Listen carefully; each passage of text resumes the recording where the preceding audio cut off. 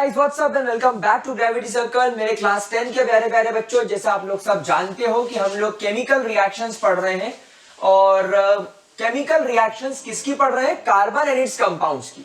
Basically we are studying carbon and its compounds और carbon and its compounds में हम लोग पहुंच गए हैं केमिकल रिएक्शंस के अंदर। और पिछले लेक्चर में यानी कि केमिकल रिएक्शंस पार्ट 1 में मैंने आपके साथ में बहुत डिटेल में कंबशन नाम की रिएक्शन डिस्कस कर ली थी। फिर एक वीडियो में आप लोगों ने मुझे इन्फॉर्म किया कि सर होमोलोगस सीरीज छूट गई है, तो मैंने होमोलोगस सीरीज कंटिन्यू करी। फिर इसके पहले वाले लेक्चर में, जो कि आपने कुछ देर पहले शायद अभी ग्रेविटी सर्कल पर देखा होगा, हमने ऑक्सीडेशन डिस्कस किया। अब हम यहां पर हमारी तीसरी और बहुत इंपॉर्टेंट केमिकल रिएक्शन डिस्कस करने वाले हैं, that is addition reaction. Guys, इस रिएक्शन के बारे में मैं क्या कहूं, इस केमिकल रिएक्शन को अभी अभी कुछ दिन पहले मैंने क्लास 11th के बच्चों को भी पढ़ाया है। मतलब आप समझ जाओ कि इस केमिकल रिएक्शन की इंपॉर्टेंस कितनी है। यानी क्लास 10th में ही नहीं, आपको जेई और नीट लेवल तक की इसकी इंपॉर्टेंस रहेगी। ठीक है, तो एडिशन रिएक्शन को शुरू करते हैं। लेकिन एडिशन रिएक्शन को शुरू करने से पहले मैं आपके साथ में एक टर्म डिस्कस कर लेता हूं, जिसे बोला जाता है कैटलिस्ट। एक इंपॉर्टेंट टर्म मैं आपके साथ में डिस्कस कर लेता हूं, जिसको क्या बोलते हैं? कैटलिस्ट। नाउ गाइस, कैटलिस्ट क्या होते हैं? बेसिकली कैटलिस्ट ऐसे सब्सटेंस होते हैं बच्चा लोग, जो किसी भी केमिकल रिएक्शन के रेट को बढ़ाने की या स्लो करने की ताकत रखते हैं, बिना उस केमिकल रिएक्शन में पार्टिसिपेट किए। मतलब ये कैटलिस्ट केमिकल रिएक्शन में पार्टिसिपेट नहीं करता, लेकिन अगर आपने इसको केमिकल रिएक्शन में डाल दिया तो ये उस केमिकल रिएक्शन के रेट को बढ़ाने की या कम करने की ताकत रखता है। अच्छा गाइस, एक इंपॉर्टेंट बात और मैं आपको अपडेट दे दूं। अनअकैडमी का 14 फरवरी पर संडे के दिन मॉर्निंग में एक स्कॉलरशिप टेस्ट होने वाला है फॉर 8, 9 एंड 10 स्टूडेंट्स। उस टेस्ट की कंप्लीट इंफॉर्मेशन, कैसे उस टेस्ट के लिए रजिस्टर करना है, रजिस्ट्रेशन फ्री ऑफ कॉस्ट है, और उस टेस्ट को पास करने के बाद आपको क्या क्या ऑफर्स मिलेंगे या आपको क्या क्या प्राइजेस मिलेंगे या क्या क्या आपको एडवांटेज होगा, वो सारी बातें मैंने एक पीडीएफ के फॉर्म में डिस्क्रिप्शन बॉक्स में उसका लिंक दे दिया है। किस तरीके से रजिस्टर करना है, उस रजिस्ट्रेशन की लिंक भी दे दी है। और अगर आप अनअकैडमी पर कोई स्पेशल क्लास देखते हो मेरी, तो उसको अनलॉक करने का मैंने मेरा कोड भी दे दिया है। हाँ, तो हम लोग बात करेंगे कैटलिस्ट की बात कर रहे थे। आप इमेजिन करो, आप किसी शादी में गए हो। शादी के अंदर एक पंडित जी होता है। पंडित जी आता है, इधर से दूल्हा आया, इधर से दुल्हन आई, दोनों की पंडित जी शादी करा देता है। और शादी करके वर वधू को यानी लड़का लड़की को पति पत्नी बोल के चला जाता है। लड़की लड़का चले गए, पंडित जी भी चला गया। अब पंडित जी ने क्या करा? शादी कराई किसकी? लड़का लड़की की। तो लड़का एक कंपाउंड हो गया, लड़की एक कंपाउंड हो गई, दोनों की शादी केमिकल रिएक्शन हो गई और दोनों जुड़ के पति पत्नी बन गई। ये तुम्हारा प्रोडक्ट बन गया। लेकिन इन सब काम को कराया किसने? पंडित जी ने। तो पंडित जी ने क्या शादी में पार्टिसिपेशन किया? ना, उन्होंने शादी कराई। पंडित जी ने क्या लड़के से शादी कर ली? नहीं नहीं नहीं, लड़का पसंद है मैं तो लड़के से शादी करूंगा। नहीं नहीं नहीं नहीं, लड़की अच्छी दिख रही है मैं तो लड़के से शादी करूंगा। नहीं, पंडित जी ना लड़के से शादी करता है ना लड़की से करता है, वो करवाता है और निकल लेता है। समझ में आई बात आप लोगों को? कोई दिक्कत, कोई परेशानी? पक्की बात, सीधी बात। इमेजिन करो, एक लड़की खड़ी है,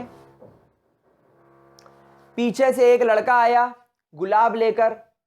लड़की खड़ी है उसकी तरफ पीट करके। लड़का सोच रहा है कि मैं इसे गुलाब दे दूं, लेकिन उसकी फट रही है कि मैं इस लड़की को गुलाब कैसे दूं। बीच में एक लड़का खड़ा होकर इन दोनों को देखता रहता है।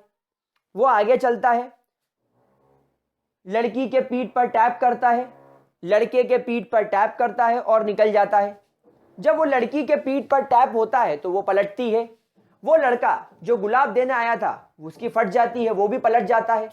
तो जब एक लड़का लड़की के पीठ पर और लड़के की पीठ पर टैप करता है, दोनों पलटते हैं और लड़का लड़की एक दूसरे को देखते हैं। लड़का रोज दे देता है, उनकी रिएक्शन हो जाती है। लेकिन वो लड़का जिसने उन दोनों की पीठ पर टैप करा था और वो आगे निकल गया, वो कौन है? वो तुम्हारा कैटलिस्ट है। समझ में आ गई?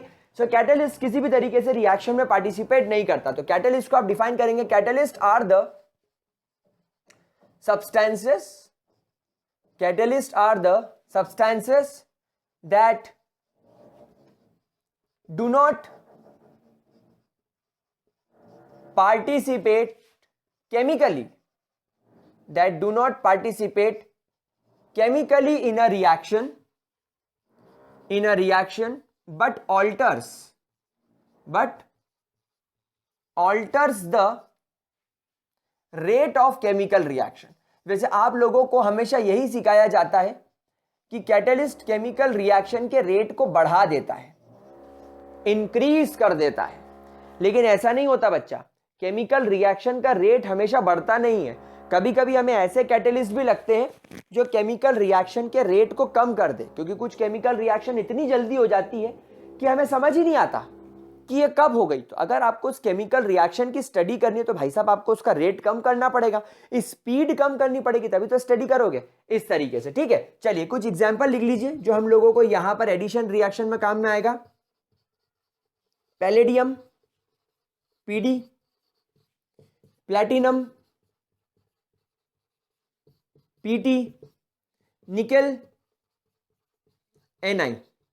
यूजुअली ये तीन बहुत अच्छे कैटलिस्ट होते हैं, है ना, जो हम लोग इस्तेमाल करते हैं।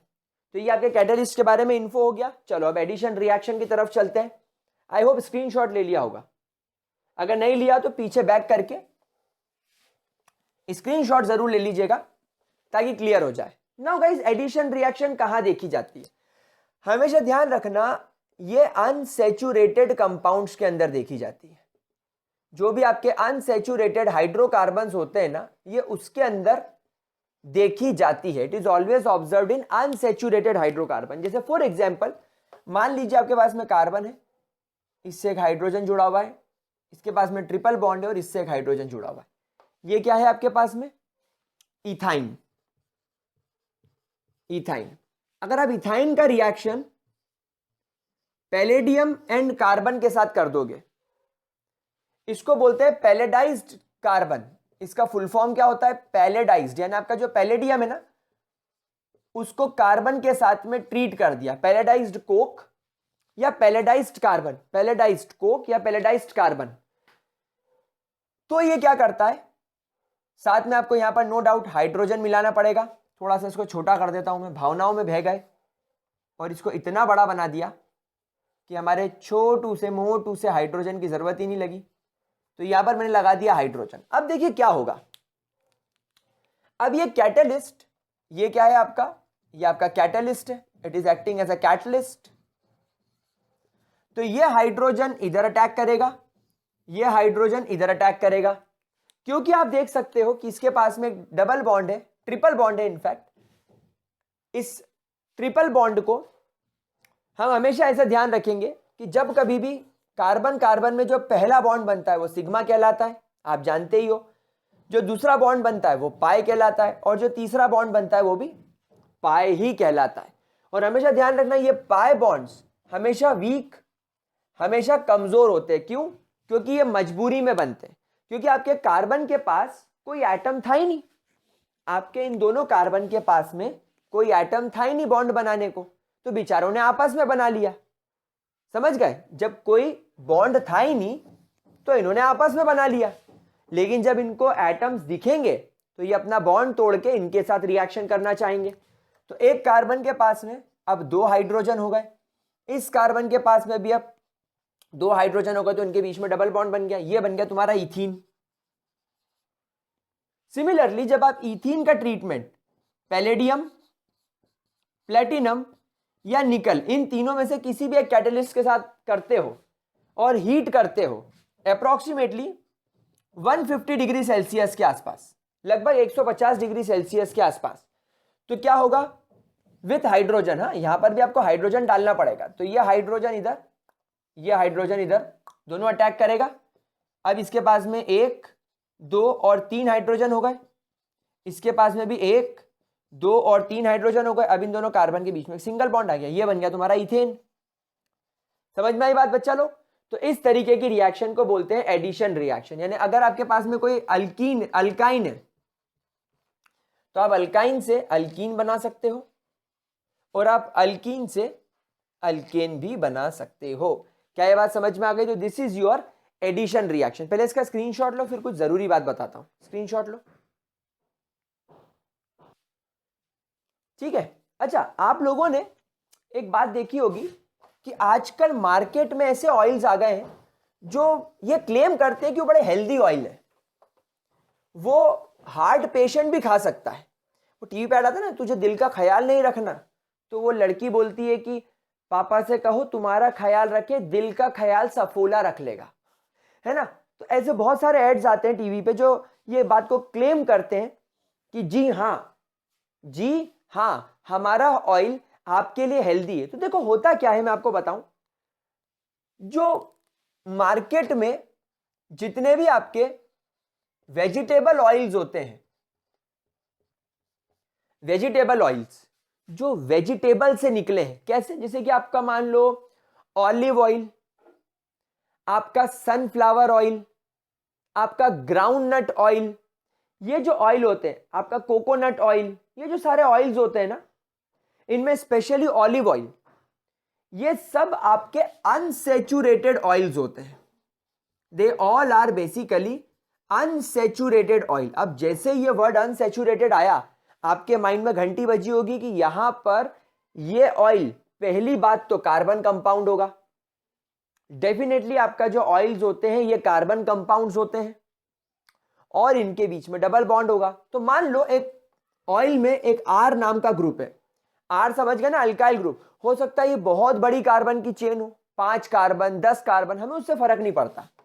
ये एक कार्बन से जुड़ा हुआ है जिसके पास में डबल बॉन्ड है, फिर ये एक और अल्काइल ग्रुप आ गया, मान लो यहां पर भी कोई अल्काइल ग्रुप है और मान लो यहां पर भी कोई अल्काइल ग्रुप है। तो मान लो ये तुम्हारा ऑयल है, अनसैचुरेटेड वेजिटेबल ऑयल, इसको अपन क्या मान लेते हैं, ये आपका अनसैचुरेटेड वेजिटेबल ऑयल है। अब ये अनसैचुरेटेड वेजिटेबल ऑयल की खासियत क्या होती है कि जब ये हमारी बॉडी में जाता है तो हमारी बॉडी इस ऑयल को डाइजेस्ट करने की ताकत रखती है। जितना ज्यादा आपका ऑयल अनसैचुरेटेड होगा, जितना ज्यादा आपका ऑयल अनसैचुरेटेड होगा, उतने ज्यादा चांसेस होंगे कि आपकी बॉडी इसे डाइजेस्ट कर सके, इसे पचा सके, इसको कंज्यूम कर सके और इससे एनर्जी निकाल सके, इसे बॉडी से एलिमिनेट कर सके, इसे बॉडी से एक्सक्रीट कर सके। आई बात समझ में? तो क्या होगा, ये पूरी तरीके से पच जाएगा, पचेगा तो एनर्जी मिलेगी, मजा आएगा। लेकिन मार्केट में पता है क्या होता है, इस वेजिटेबल ऑयल को हाइड्रोजन के साथ में ट्रीट कर दिया जाता है in presence of palladium, platinum या निकल। इस अनसैचुरेटेड ऑयल को पैलेडियम, प्लेटिनम या निकल की प्रेजेंस में इसको हीट कर दिया जाता है। तो इस वजह से क्या होगा, एक हाइड्रोजन यहां अटैक करेगा, एक हाइड्रोजन यहां अटैक करेगा। अब आप देखो इसके स्ट्रक्चर में क्या बदलाव आ गया, आर सी आर और एक एच लग गया, यहां पर आ गया सिंगल बॉन्ड आर आर और एच। तो अब ये क्या हो गया, अब ये तुम्हारा सैचुरेटेड ऑयल हो गया, सैचुरेटेड ऑयल। अब आप लोग सब जानते हैं सैचुरेटेड ऑयल मार्केट में किस नाम से मिलता है, इसको वनस्पति घी बोला जाता है। आप सर्च करिएगा गूगल पे वनस्पति घी, और मार्केट में इसका एक नाम बहुत फेमस था, पुराने जमाने में लोग खाते थे इसको, डालडा घी। ये डालडा घी बेसिकली ऑयल होता है लेकिन घी जैसा दिखता है क्योंकि पूरा सैचुरेटेड हो गया। तो जो भी तुम्हारे सैचुरेटेड ऑयल्स होते हैं, जैसे वनस्पति घी हो गया, उसके बाद तुम्हारा नॉर्मल घी हो गया, तुम्हारा बटर हो गया, घी, बटर, ऑयल, वनस्पति घी, ये सब तुम्हारे सैचुरेटेड होते हैं, यानी कि इनके अंदर किसी भी प्रकार का डबल या ट्रिपल बॉन्ड नहीं होता, they all have single bond. And guys, आपकी बॉडी के लिए सैचुरेटेड वेजिटेबल ऑयल को डाइजेस्ट करना मुश्किल नहीं, नामुमकिन होता है। तो saturated oils are very difficult to digest, they are very difficult to digest. और अगर ये डाइजेस्ट नहीं होंगे तो आपके माउथ में गए, माउथ से स्टमक में गए, स्टमक में इंटेस्टाइन में गए, और इंटेस्टाइन भी इसको डाइजेस्ट नहीं कर पाई। लेकिन इंटेस्टाइन में जो विलायज होते हैं उनका काम क्या होता है, इसको अब्सॉर्ब करना। तो वो इसको अनसैचुरेटेड ऑयल को अनडाइजेस्टेड फॉर्म में सॉरी इस सैचुरेटेड वेजिटेबल ऑयल को या इस सैचुरेटेड घी को अनडाइजेस्टेड फॉर्म में अब्जॉर्ब कर लेगा और अब्जॉर्ब करके ब्लड में डाल देगा। अब ब्लड क्या करेगी उसका? भाई अगर ये डाइजेस्ट हो जाता तो ये बॉडी के हर सेल को ब्लड पहुंचा देता और सेल उससे एनर्जी निकाल लेता, लेकिन ये तो डाइजेस्ट ही नहीं हुआ।